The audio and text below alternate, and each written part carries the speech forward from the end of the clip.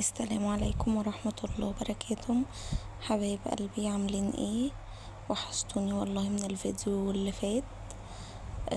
حبيت النهاردة اجي اعمل لكم اكلة كده سهلة وسريعة وشعبية بعد العيد. طبعا احنا لحمة وفراخ والحاجات دي كلها زهقنا منها، وصفات اللحمة كلها زهقنا منها، فحبيت اعمل لكم شكشوكة. قطعت 3 بصلات كده او نضفتهم يعني، وابتديت ان انا اقطع فيهم كده واحطهم في الكبة. طبعا يا بنات الاكل الشعبي ده لا غنى عنه بصراحة، يعني مش عارفين من غيره كنا هنعمل ايه. يعني الواحد كده لما بيلاقي نفسه ان هو مش عارف يعمل ايه بيعمل اي حاجة من الاكل الشعبي ده، يا مسقعة يا شكشوكة يا اي حاجة، يعني فول بقوطة الكلام ده كله. وبصراحة بيشبع يمكن اكتر من اللي احنا بنعمله لحمة وفراخ. تمام، بيأكل كمان.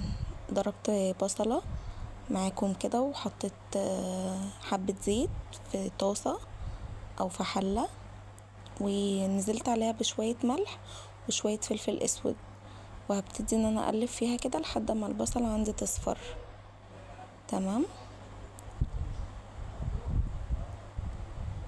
معايا كده، قلت عبال ما البصلة تصفر اعمل الفلفل، اضربه كده في الكب. معايا 4 فلفل رومي كده و2 حراق. بصوا يا بنات، الفلفل الحراق ده اختياري مش اجباري، يعني لو انت مش بتحبي الحراق مش لازم تحطيه. تمام، ضربتهم اهم في الكبة. بوريكوا التقطيعة اللي الكبة بتعملها. بس رجعت تاني للبصلة، قلت اشوفها واديها تقليبة. قوليلوا يا بنات كده عايزين الاكلة اللي جاية عن ايه وانا اعملها لكم، يعني اخد رأيكم كده اعمل ايه في الاكل، او في الوصفة اللي جاية اعمل اكل ايه. تمام، قعدت كده اقلب فيها علشان تاخد كل ناحية كده، ما تبقاش مثلا مصفرة من ناحية وناحية لا. نزلت بكمية الفلفل اللي عندي اللي انا قطعته، وابتديت ان انا اقلبها برضو اشوحها مع البصل. ما تنسوش طبعا يا بنات اللايك بتاعكم الجميل، والاشتراك في القناة وتفعيل الجرس علشان يوصل لكم كل جديد انا بعمله. معايا كده كان طماطم، ابتديت ان انا اقطع فيها تقطيعة خفيفة يا بنات، مش يعني ما تقطعوش التقطيعة الكبيرة، يعني متوسطة زي ما انتوا كده شايفين. انا بقطع الكمية كلها علشان تشوفوا. طيب طبعا معايا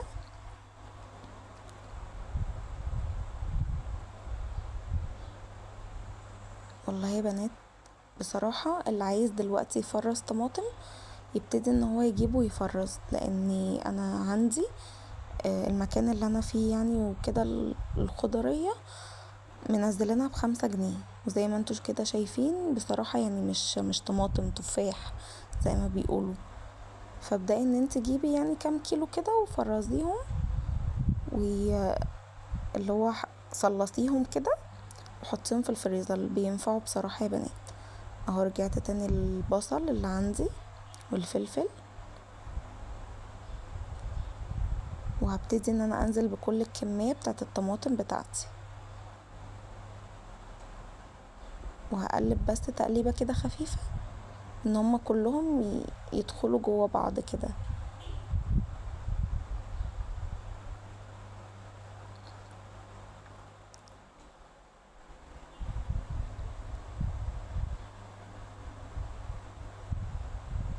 طبعا يا بنات انا قبل الجواز يعني ما كنتش بدخل المطبخ عند مامتي ولا اي حاجة من دي، بس بعد الجواز لما اتجوزت لقيت نفسي بطبخ لوحدي كده. ما اعرفش والله ده يعني ولا خبرة ولا اي حاجة من دي.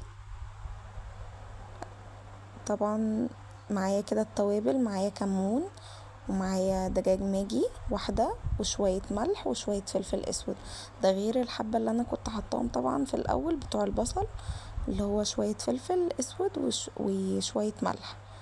ده انا بحطه لازما يا بنات، بحطه كده ايه في البصلة اللي هي بس تخليلي ريحة البصلة كده حلوة لما بتحط شوية الملح وشوية الفلفل الاسود، بتبقى ريحة البصلة كده كويسة معاكي. بس اديتها تقليبة عشان التوابل كلها تندمج كده مع البصل والطماطم. هنا بقى معايا البيض بتاعي، معايا 4 بيضات طبعا على حسب الكمية بنات، احنا طبعا عشان 2 انا وجوزي بس، وبنتي لسه صغنونة يعني 8 شهور او 7 شهور، ما بتاكلش غير يا دوبك بس سيريلاك وبطعمها بس كده كام حاجة معاه، فما بتاكلش.